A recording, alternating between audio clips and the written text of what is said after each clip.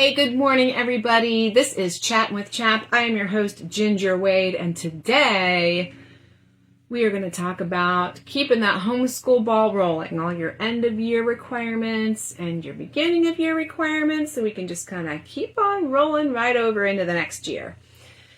I'm sure you guys are totally hot. Like, I'm sitting here with my smoothie, my little breakfast smoothie, and it is so, we were down at the softball field this morning already, doing a little bit of hitting, and it is so hot. It is so hot. So stay cool, everyone, and be careful with the sun out there. And whatever you do, don't let big ants take over your shed and build a little colony there, which is why I'm here in my house again, and you're seeing my lovely china cabinet with all my books in it behind me. Because there's big ones, like the ones that are this big, putting all their baby ants in my shed. Not fun. So, gotta clean out the shed. Okay, I digress. Let's talk today about end of year stuff. We'll also talk about beginning of year stuff and some tips for everyone for the upcoming school year. So we know today is June 24. So what is the next deadline coming our way? Anyone? It is the evaluator letter. The evaluator letter is due to the school district by June 30. Where does the evaluator letter come from? Oh, it comes from your evaluator. How do you get one? Well, you have an evaluation with your evaluator, so hopefully you are aware of that. Everyone who files as a homeschooler must file an evaluation letter from an evaluator. And I have lots of episodes that talk about evaluations and evaluators, so you can go out to my channel and check that out.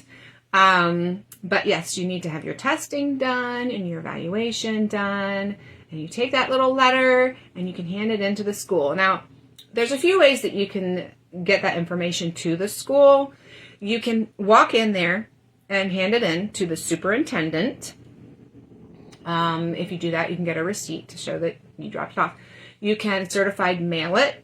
And the only reason you certified mail it would be to, like, ensure it gets there. Because, you know, we mail stuff and sometimes it doesn't always get there. But if you certify it, then it will definitely get there. That's why you would want to choose certified mail if you choose to go that route. The other route is a lot of school districts these days take emails. Since COVID, you can email your things in. And then you have record of it in your sent box, and they should respond to you. So I usually drop mine off at the district office. It's right beside the high school office for me. They're really nice, don't have a problem with it, but not all districts are like that, so I understand. You choose what works for you. There is no judgment on any way. One's not better than another. Anyway, I hand my papers in, and then I get an email back from the homeschool coordinator that says, hey, we've received all of your stuff. You're good to go. So, and that's not someone giving me permission. I know we talk a lot about that. The school doesn't give you permission. They're just saying you're good to go, meaning I've received your paperwork.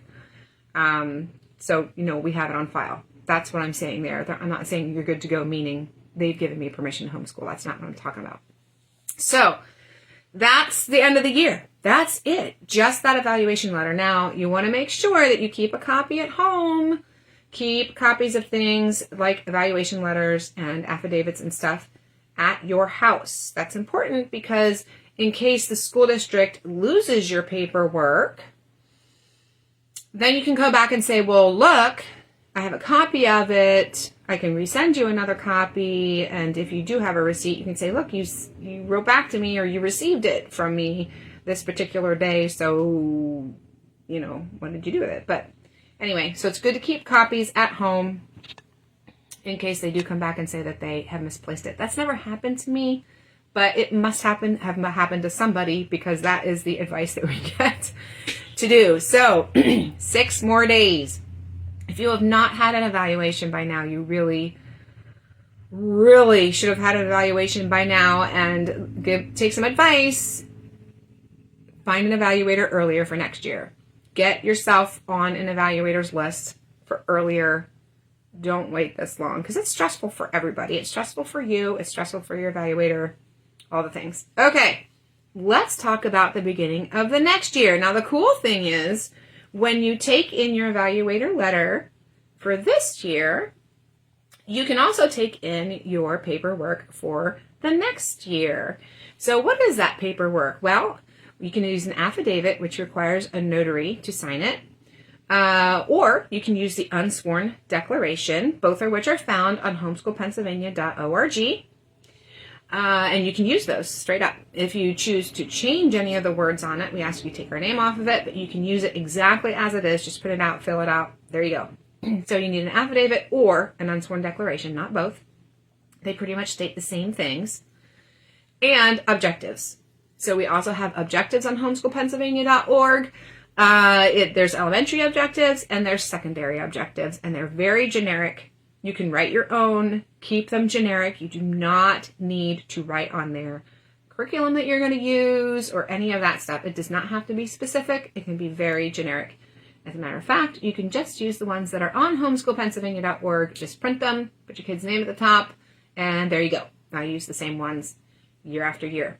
The third thing you might need to hand in is, not hand in, you might need to do is if your child has an IEP, you would get your objectives signed by a special education teacher. So if you have questions about an IEP and whether or not you need them, I do have some IEP episodes. Episode 241 with Shannon Lehman talks about that a lot. You should check that out. You also do not need to hand in medical dental information necessarily an exemption. You do need to have paperwork for your child at home on file because that is what the affidavit and unsworn declaration says. You have records on file at home. So if you take your kid for a physical, get printouts, right? If you take your kid to the dentist, have that there is a little report you can get on the PDE's website. They can fill it out, and then you can keep it on file at home. So if you're wondering about that and that sounds new to you, you can listen to episode 276 where I talked with Will Estrada. We talked in depth about the change here, and there hasn't been a change in the law, but with some mishandling of medical information that has been done by a school district or two of homeschool records, HSLDA has decided, well, we're going to stand a little more firm on saying, no, you don't need to give records into the school because they're mishandling our private information. So now we are suggesting you do not need to hand in anything except that affidavit, which is enough proof. That is something that we were firm on before, but needed that support from HSLDA to say to you guys, you know what, just, you don't have to hand in your records. That's private information. So anyway, if you want to hear a longer discussion on that, go to episode 276 with Will Estrada. So that is what you're handing in. Obviously, you're going to be keeping copies of that affidavit or unsworn declaration. You can keep copies of your objectives, but it's the same thing year after year, so I typically don't keep copies of that. But definitely the affidavit and unsworn declaration. If you're changing your objectives, you might want to keep records of that.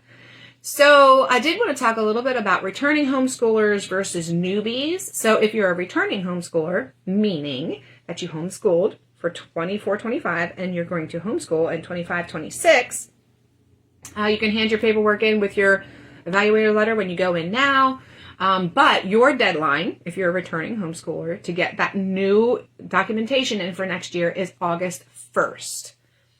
So typically school districts assume that if you homeschooled last year, you're going to be homeschooling next year.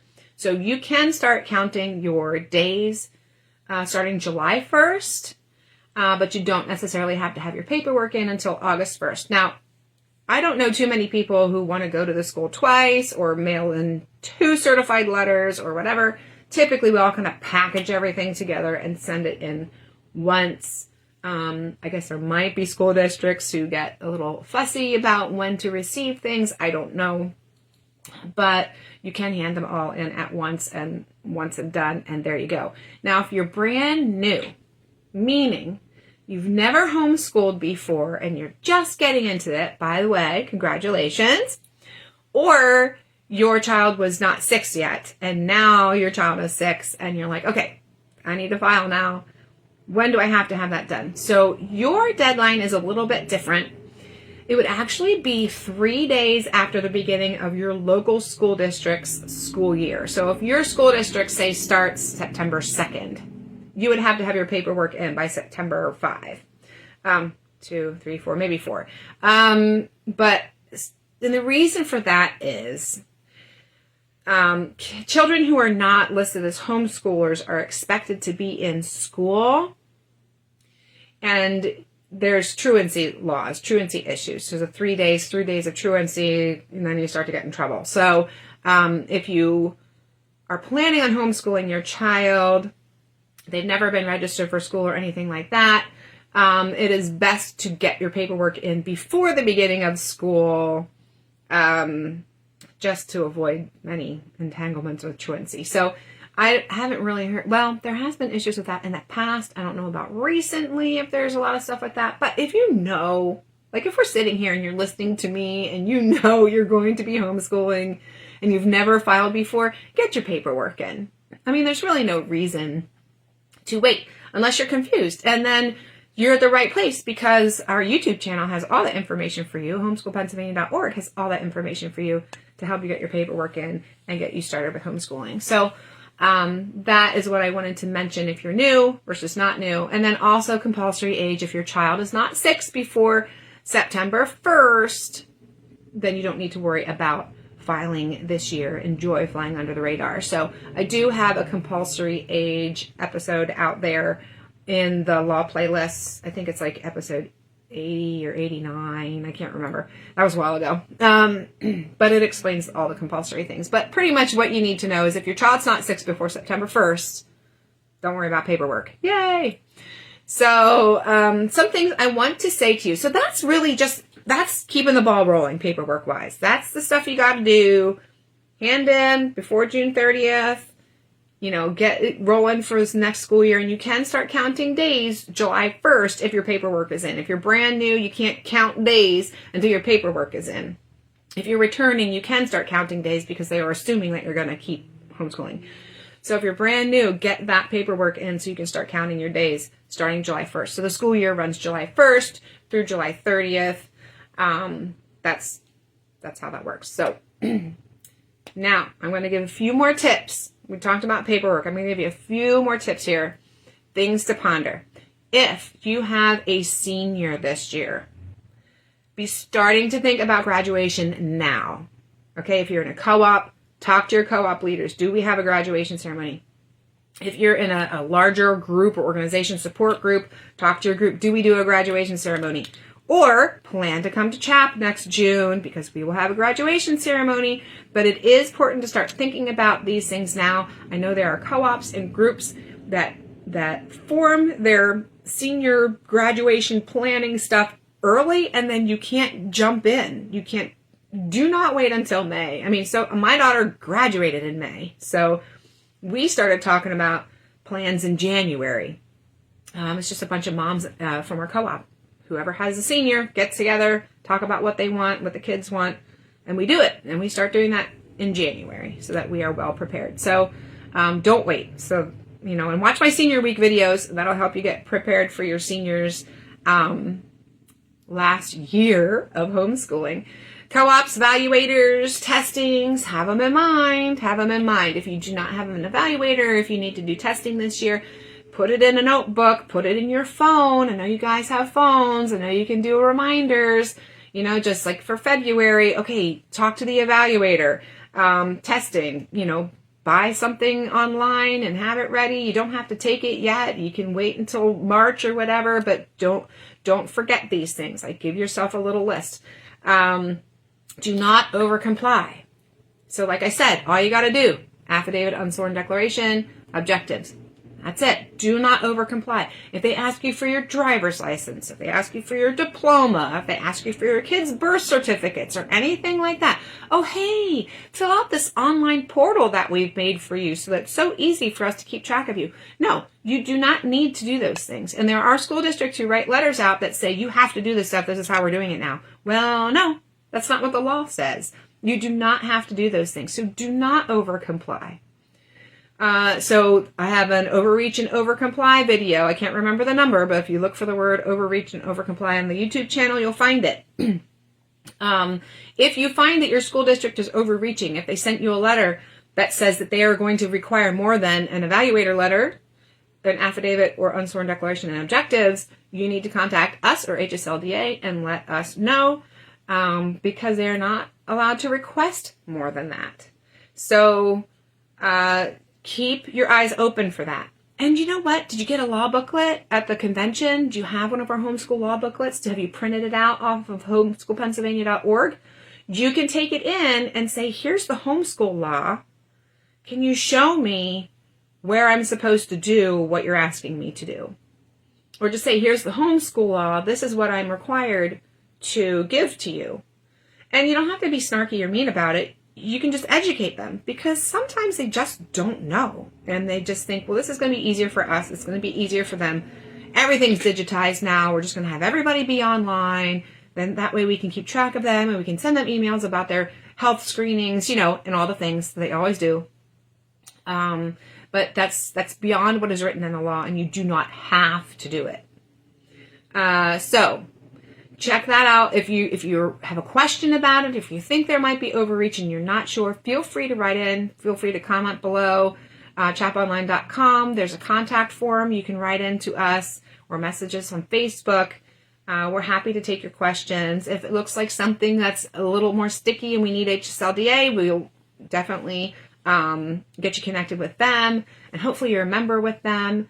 So yeah, I think that's really pretty much it. So this is the time of year everyone's there's lots of letters flying around from HSLDA to school districts, because school districts are asking their things, show me your diploma, show me your driver's license, all these things. Those are not in the law. Do not give that information to the school district. It's beyond what you need to do. So your affidavit attests that you have a homeschool diploma, and supervisors, you do need to have a homeschool diploma. You need a GED, not a high school diploma. You need a high school diploma or a GED in order to be the supervisor of a homeschool. And that's not really something you can get around. So get your GED if you don't have it, or have someone who has legal custody of the kids who does have a GED or a high school diploma be the supervisor. So maybe the wife doesn't have one, but the husband does. Well, then make the husband the supervisor, or vice versa. Or if the grandmother is a legal guardian of the children, the grandma has a diploma, then she can be the supervisor. Those type of situations. So we do need to follow the law that is there, but be aware of what it is. Go to homeschoolpennsylvania.org and read it. Be aware of what it is and what it says. And if the school district is asking too much, do not comply to that. Okay? So, like I said, if you have any questions, write in. I'm happy to answer them. We are here for you. I hope you really enjoy your summer. I hope you really enjoy something cold and wet today, because it is really hot outside. Or your air conditioner. Maybe it's just lounge around day and eat ice cubes. I don't know. But enjoy being together today. Enjoy growing to know each other better and have deeper relationships. And as you walk together, as you follow Jesus, just really enjoy the life that he's given you and this opportunity that he's given you to be with your children.